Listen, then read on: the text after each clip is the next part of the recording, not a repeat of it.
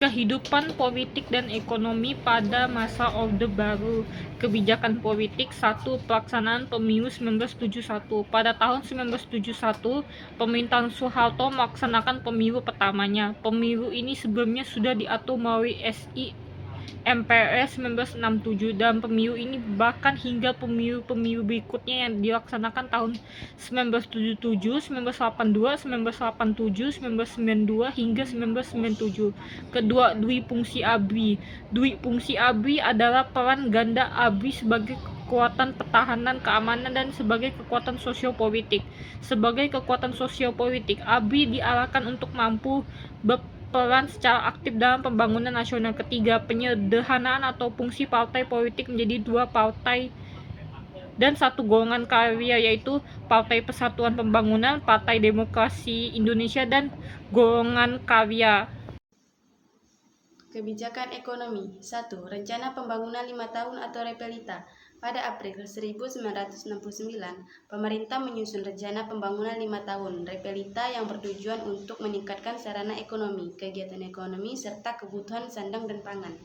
Repelita ini akan dievaluasi selama 5 tahun sekali. 2. Evolusi hijau. Revolusi hijau pada dasarnya adalah suatu perubahan cara bercocok tanam dari cara tradisional peasan ke cara modern farmers untuk meningkatkan produksi.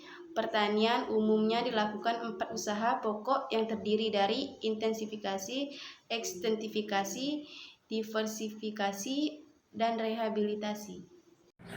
Kehidupan politik dan ekonomi pada masa reformasi. 1. Masa B.J. Habibie. Kebijakan politik mengganti 5 paket undang-undang dan 3 diantaranya diubah agar lebih demokratis, kebebasan rakyat dalam menyalurkan aspirasi.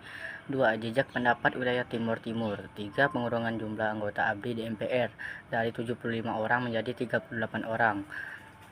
4. Polri memisahkan dari ABRI menjadi Kepolisian RI. Istilah ABRI berubah menjadi TNI. Kebijakan ekonomi, merekapitulasi perbankan dan menurunkan inflasi, merekonstruksi perekonomian nasional, menaikkan nilai tukar rupiah terhadap dolar Amerika Serikat hingga di bawah 10.000. 2. Masa Abdurrahman Wahid. Kebijakan politik, Departemen Penerangan dibubarkan, dianggap mengganggu kebebasan pers. Departemen Sosial dibubarkan, dianggap sebagai sarang korupsi. Masyarakat etnis Tionghoa diperbolehkan untuk beribadah dan merayakan Tahun Baru Imlek. Membekukan MPR dan DPR. Kebijakan ekonomi, laju pertumbuhan PDB, nilai pasar semua barang dan jasa yang diproduksi negara mulai positif. Laju pertumbuhan ekonomi yang hampir mencapai 9% membuat Indonesia menuju pemulihan perekonomiannya.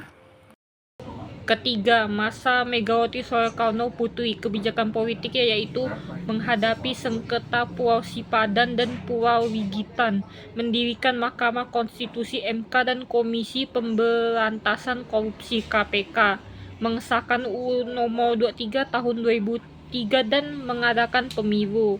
Kebijakan ekonominya melakukan penundaan pembayaran utang dan pemutusan hubungan dengan International Monetary Fund, melakukan upaya privatisasi BUMN dengan menjual sebagian besar saham Indosat pada bulan Mei 2002.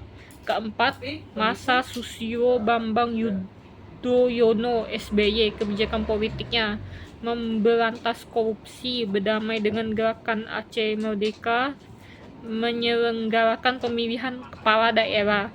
Kebijakan ekonomi, upaya memberantas kemiskinan, melunasi utang, bertahan di krisis ekonomi dunia, pengurangan subsidi BBM, dan pengadaan LPG 3 kg.